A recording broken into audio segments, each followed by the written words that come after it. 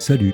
Dans cette vidéo, on va s'attarder sur les possibilités de routing offertes par la Big Six de Solid State Logic, et elles sont nombreuses, alors entrons cash dans le vif du sujet.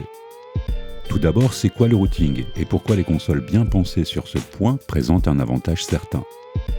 Une console de mixage permet, bien sûr, de mélanger et doser les signaux tant en volume que dans l'espace stéréo, mais elles offrent aussi les possibilités de router, c'est-à-dire de transiter ces signaux vers des bus, des sorties ou des effets internes par exemple, et la Big Six offre de nombreuses options de routage vraiment très intéressantes.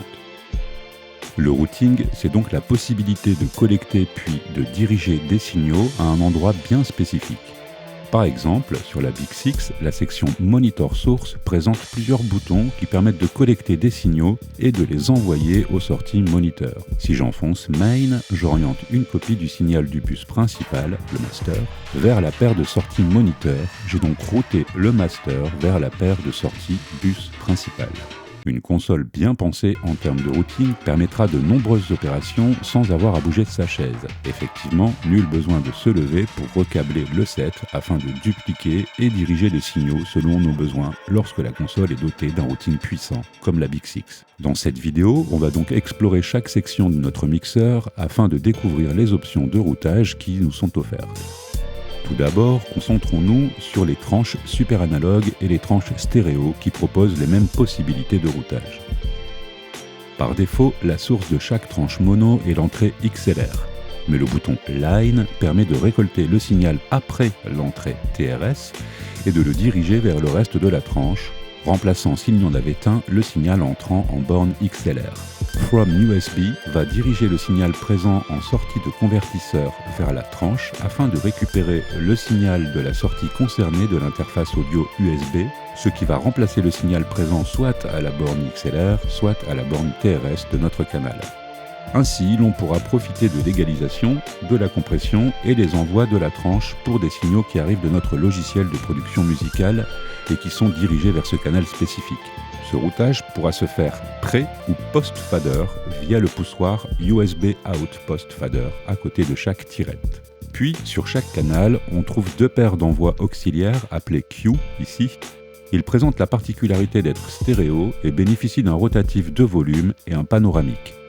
Le témoin lumineux vert indique que le signal de la tranche est envoyé au bus Q. La section Q embarque également un bouton post qui, lorsqu'il est désengagé, désolidarise le réglage de volume, le fader, de l'envoi vers le bus Q. Post, c'est pour post-fader, soit après le fader. Donc lorsque le bouton post est relâché, le signal Q est tiré avant la tirette de volume. A l'inverse, lorsqu'il est enfoncé, le signal envoyé au bus Q est dépendant également du réglage du fader de la tranche. Il est à noter que les Q sont collectés après les inserts. Ces envois peuvent servir plusieurs desseins. Dans cet exemple, ils servent à collecter le signal de la tranche et d'en doser l'envoi vers les bus Q qui sont orientés vers des effets. Le Q1 alimente une reverb et le Q2 alimente un délai. Les deux sorties de ces effets sont connectées aux entrées externes 1 et 2. Les bus Q profitent d'un réglage d'envoi principal que l'on retrouve en section stéréo Q Master. Le rotatif de gain dans cette section est la dernière étape de volume avant la sortie Q dédiée à l'arrière. Ici, il contrôle donc l'envoi des Q vers l'entrée de la reverb et du délai. Dirigeons-nous vers la section Fader qui propose un switch insert avec un voyant associé. Le signal d'insert est tiré après les traitements, mais avant le fader, à gain unitaire.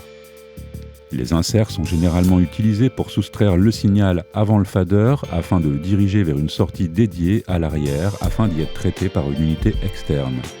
Dans cet exemple, la tranche 1 profite d'un effet de compression externe.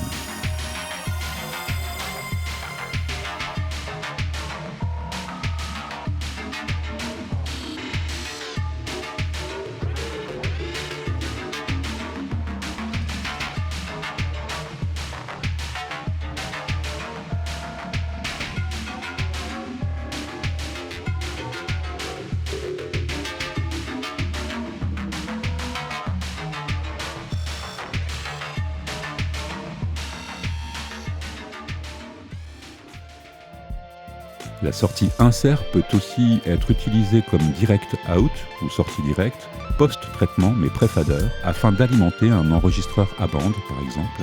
L'entrée retour d'insert peut ainsi servir de canal auxiliaire en l'alimentant avec un signal de niveau ligne. Ce signal est pré-fader et pré-panoramique et le bouton insert permet d'envoyer l'un ou l'autre des signaux vers le bus principal, master ou main.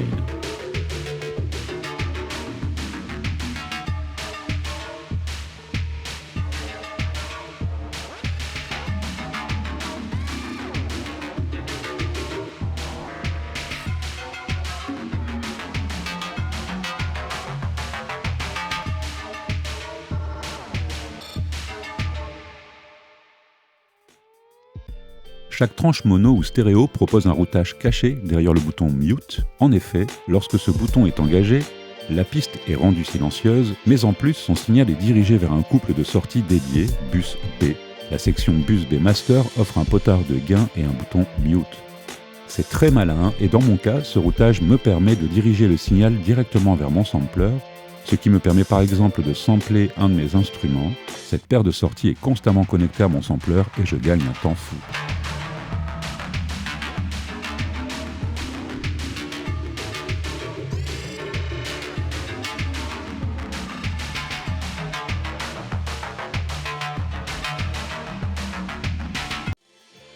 Nous venons de voir pour les tranches les différents bus. Maintenant, voyons les boutons associés à ces bus dans les différentes sections de la partie droite de la console. Après la section Talk In, on trouve deux paires d'entrées labellisées Ext Inputs. Comme on l'a vu plus tôt, dans mon cas, ces entrées sont alimentées avec des effets reverb et delay. Les signaux entrant aux bornes Ext Input peuvent être routés vers différentes sections. Le rotatif de gain de chaque entrée externe se trouve plus bas et permet donc de doser l'envoi de ces entrées vers les différentes sections. Ici, il contrôle le volume des effets de reverb et de delay.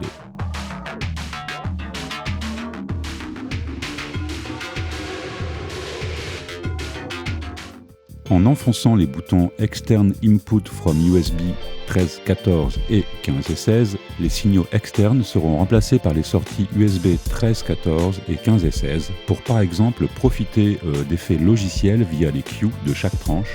À ces fins, il conviendra d'enfoncer les boutons Q1 to USB 9.10 et Q2 to USB 11.12. Ainsi, les bus Q1 et 2 sont dirigés vers les entrées USB 9.10 et 11.12. Les deux boutons Ext 1 et 2 de chaque canal Q permettent d'ajouter les signaux qui entrent en borne External Input vers les Q. Et dans le cas de mon installation, ça va générer une boucle de retour puisque je réinjecte le signal sortie d'effet dans l'entrée de l'effet. À utiliser avec précaution donc, mais j'ai pu obtenir des effets feedback très sympas déclenchables dynamiquement.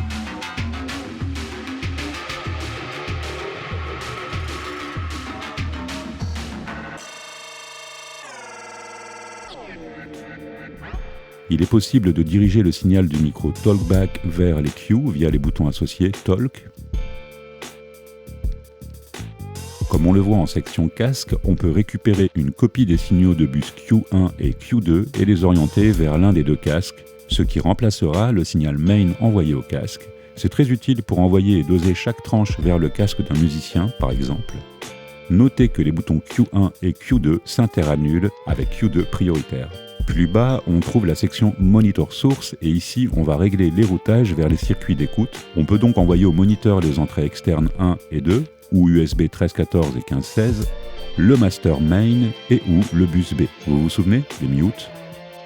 La section Monitor propose elle aussi un routage digne des grosses consoles de studio. En effet, on va pouvoir router le signal Monitor vers deux paires distinctes de moniteurs d'écoute via le bouton Alt et la paire de sorties dédiée à l'arrière.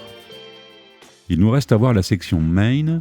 Les boutons Ext 1 et Ext 2 envoient les signaux des entrées dédiées vers la tranche Main ou Master.